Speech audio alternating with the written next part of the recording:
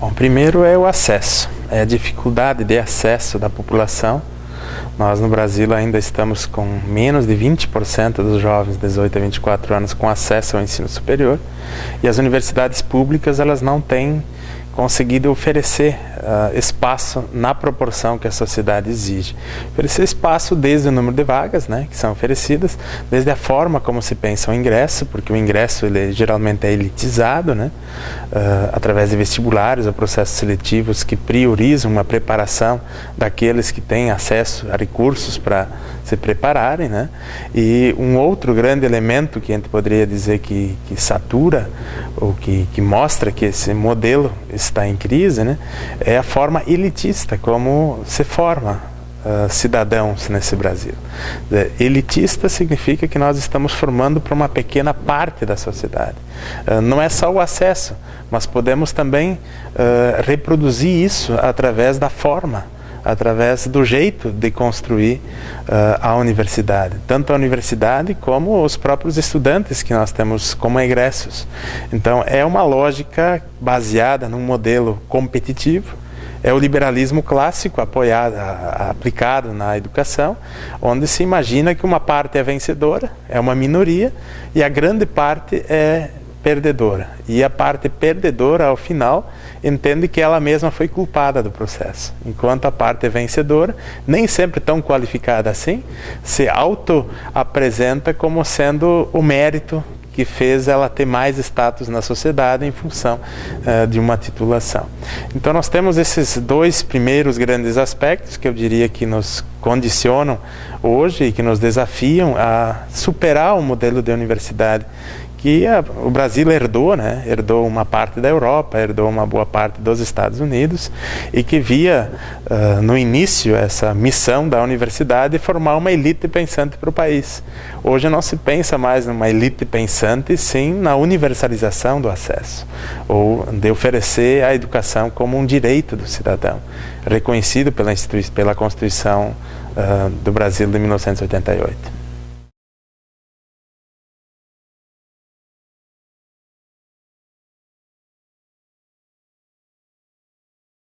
Bom, o primeiro grande eixo é pensar a universidade que surge num contexto muito afinada também com as necessidades dessa população.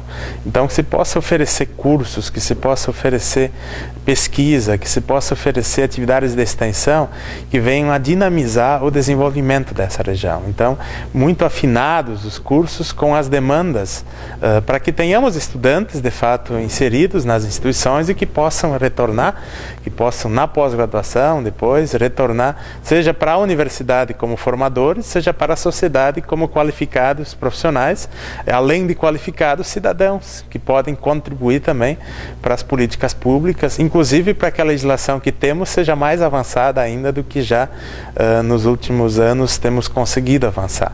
Então, esse é um aspecto importante, nós lidamos com isso diariamente, né? As universidades novíssimas, elas foram desafiadas à inovação, então elas foram desafiadas a não reproduzir os grandes dilemas das instituições do passado. Poderíamos dizer, inclusive, desafios estruturais, porque uma universidade, ela carrega em si toda uma tradição, ela carrega em si também toda uma hegemonia de poder instituída em vários espaços e que tentam se afirmar. É o status quo, né? Que numa instituição como a universidade se afirma e se reafirma em cada situação. Nós temos procurado, né, ampliar o acesso, temos procurado aumentar a forma crítica de produzir o conhecimento, procurado contextualizar esse conhecimento, procurar inserir a universidade nas demandas da região, inserir ela afinada com as grandes necessidades que a população vinha apresentando, tanto que a Universidade Federal Fronteira Sul ela foi criada a partir de uma comissão de implantação que já de 11 membros que foram nomeados, 5 representavam os movimentos sociais dessa região. Então ela já vem sendo construída a partir das demandas da região, muito afinada com as metas que também a sociedade almejava para ela.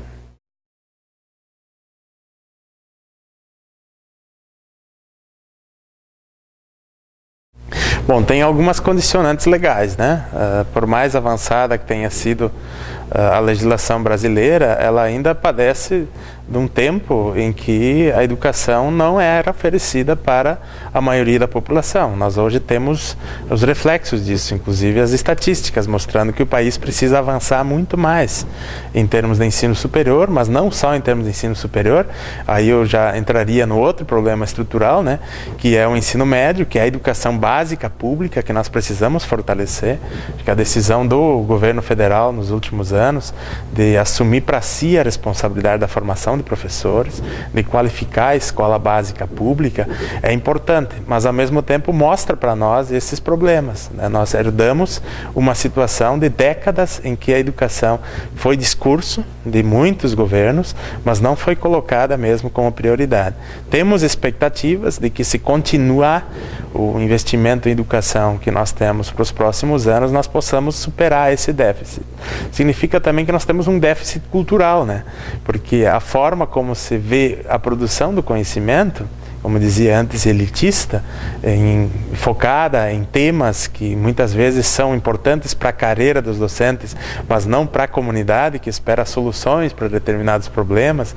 Inclusive, espera que a universidade possa interagir com a cultura local, que possa dinamizar a cultura local, que possa fazer com que cada cidadão, tendo acesso à produção do conhecimento, possa também ser mais humano, né? Ser mais cidadão, ser mais crítico, ser mais comprometido com o futuro da humanidade. Então, esse papel emancipador da educação, de fato, ele só vai se afirmar se nós conseguirmos superar algumas condicionantes históricas que nós estamos no Brasil superando, né?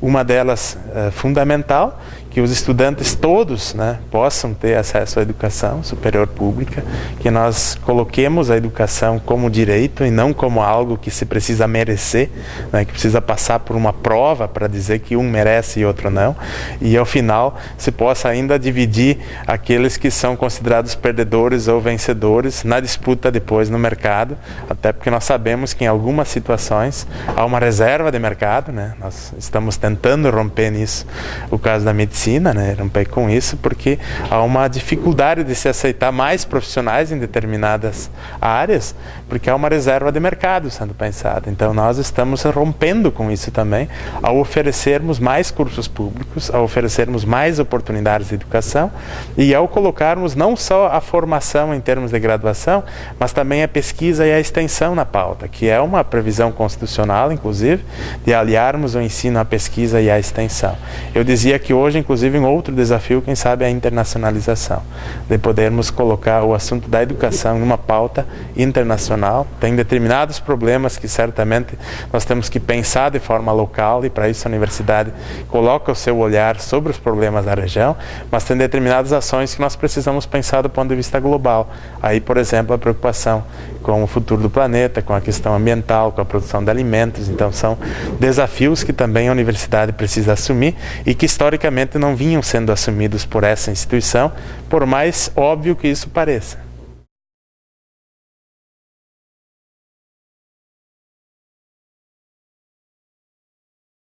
Bom, primeiro dizer que criar uma estrutura multicamp não é pulverizar a ação da universidade, quer dizer, não é fragmentar ou, como a gente poderia dizer, constituir pequenos núcleos ou pequenos espaços que pareçam uma academia.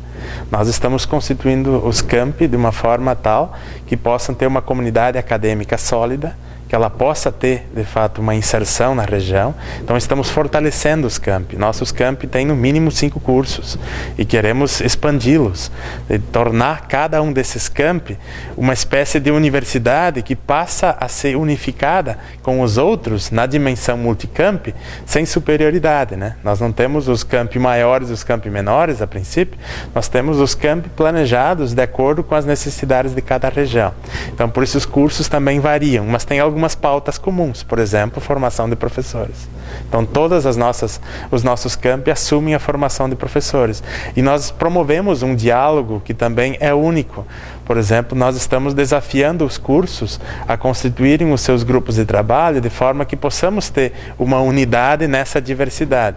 Por outro lado, esse é o grande desafio também para a academia. Manter a diversidade é importante. Nós precisamos ter os nossos cursos cada vez mais sintonizados com as regiões regiões, e como nós estamos numa região tão grande nesses 3 estados que poderia ser chamado de país, se compararmos com alguns países desse mundo, nós temos um distanciamento hoje, né, espacial, que dificulta um pouco, né, em função do transporte, da demora, da nossa locomoção, mas ao mesmo tempo também nos coloca um grande potencial, porque nós conseguimos interagir numa região que tem uma identidade cultural, que tem uma certa identidade produtiva, inclusive, né?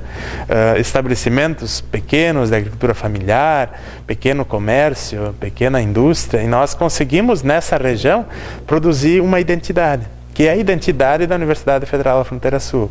A territorialidade também é um aspecto importante na construção de uma universidade. Teríamos certamente dificuldades se fôssemos inserir um campus em uma outra região, com outra característica. Imagino, por exemplo, uma região do Pampa Gaúcho ou uma região de metrópole, então nós teríamos alguma dificuldade. Como estamos situados numa região com características parecidas, o multicamp tem sido um desafio de integrar essa região. Uma região que está dividida em 3 estados, que tem 3 legislações diferentes, na fronteira com a Argentina, discutindo inclusive a questão latino-americana, da integração latino-americana, e ao mesmo tempo proporcionando essa unidade. Então estamos construindo uma unidade numa região que já era culturalmente integrada, mas academicamente não. Então estamos superando essa distância também, e a universidade cumprindo esse importante papel social também de aproximar os povos, de aproximar a comunidade da vida institucional de uma universidade que produz conhecimento. E ao produzir conhecimento reflete sobre si mesma, sobre a sua própria história, seu destino, seus rumos, seu futuro.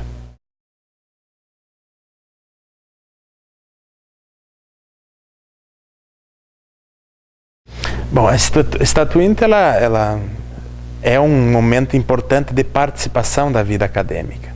E essa participação da vida acadêmica, embora seja um momento concreto, que é legislativo interno, que é a construção de algumas legislações internas, ela também propicia uma volta à participação. Então, é um momento bom para se discutir, é um bom momento para pensar a universidade, e não de forma inconsequente, porque há uma legalidade a ser seguida. As instituições todas têm que ter o seu estatuto aprovado, e esse estatuto aprovado ele sempre dialoga no limite do possível, no limite do viável, pensando aquilo que é utópico, aquilo que é a ideia regulativa, que é até onde nós podemos ir.